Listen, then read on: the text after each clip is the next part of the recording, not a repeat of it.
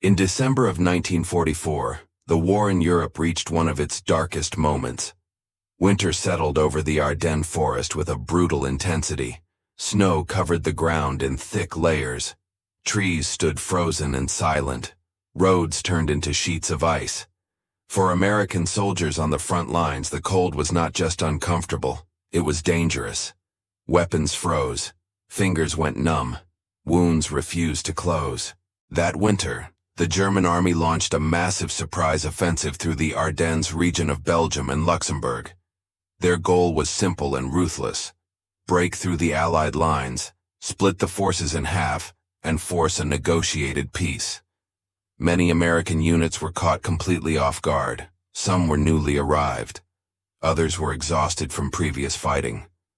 Supplies were thin. Communication lines failed. Confusion spread quickly. This battle would later be known as the Battle of the Bulge, the largest and deadliest battle ever fought by the United States Army. But at the time, the men fighting there did not think in terms of history. They thought in terms of survival. Would they make it through the night? Would help arrive? Would they ever see home again?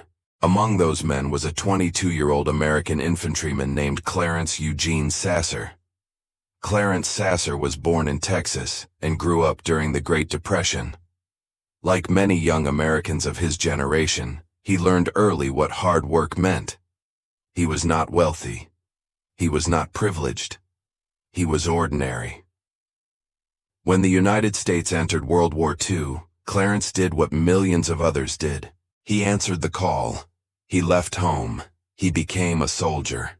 By late 1944, Sasser was serving with the 325th Glider Infantry Regiment of the 82nd Airborne Division.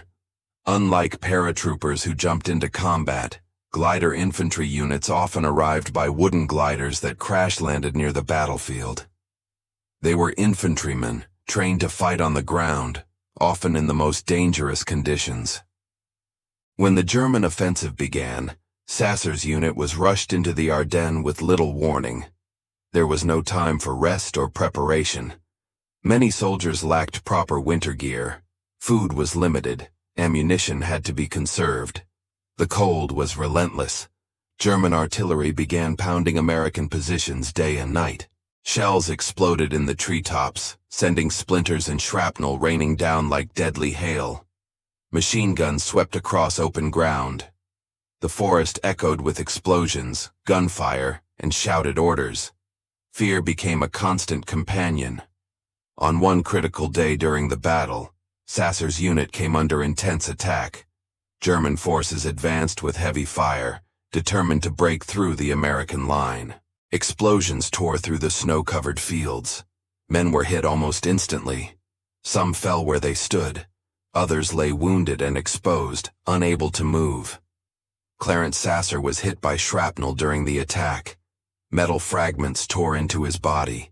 Blood soaked into his uniform. Pain surged through his legs and torso. Under normal circumstances, a wounded soldier in his condition would have been evacuated immediately. The cold alone could kill a man in minutes if he stayed exposed. But Sasser saw something that mattered more than his own pain. He saw fellow Americans lying helpless in open ground. He heard their voices calling for help. He knew that if no one reached them, they would freeze or bleed to death. Despite his wounds, Clarence Sasser stood up.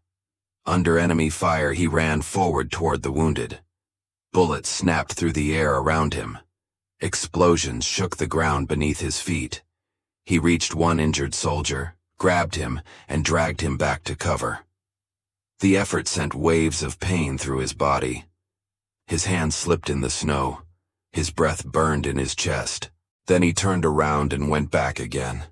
Once more, he crossed the open ground. Once more, he pulled another wounded man to safety. Each trip became harder. His injuries worsened. Blood loss weakened him. The freezing temperature drained what little strength he had left. An officer ordered Sasser to stop. He was told to get medical treatment immediately. Staying out there any longer meant death. Sasser looked back toward the battlefield and said there were still men out there. He went back again. By now his legs were barely holding him up. Shrapnel wounds continued to bleed. His movement slowed. When he could no longer run, he walked. When he could no longer walk, he crawled. Through snow, smoke, and gunfire, Clarence Sasser kept moving forward. He reached wounded soldiers, spoke to them, reassured them, and dragged them out of danger. He refused to leave anyone behind if he could still move. Eventually his body reached its limit. Sasser collapsed from blood loss and exhaustion. Medics finally reached him and carried him away from the battlefield.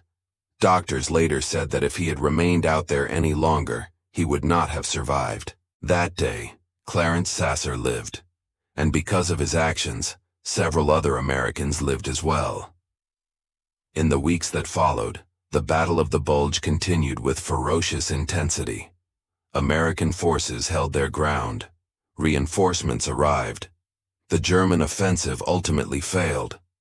The war would continue, but the momentum shifted decisively in favor of the Allies. For his actions during that frozen battle, Clarence Eugene Sasser was awarded the Medal of Honor, the highest military decoration in the United States. The citation described extraordinary bravery, self-sacrifice, and devotion to fellow soldiers. But when Sasser returned home, he did not see himself as a hero. In interviews he spoke quietly and humbly. He said he only did what he believed anyone else would have done. He said he was just taking care of his friends. He insisted that the real heroes were the men who never came home. Clarence Sasser did not command armies. He did not design battle plans. He did not change the strategy of the war. What he did was simpler and far more human. On one of the coldest days of World War II, under relentless enemy fire, he chose not to turn away. He chose compassion over self-preservation. He chose to act when fear would have been the easier choice. World War II was won by factories, logistics, leadership, and strategy. But it was endured by moments like this. Moments when ordinary Americans decided that no one would be left behind. Clarence Eugene Sasser was one of those Americans. And for the men he carried through the snow that day, his courage meant everything.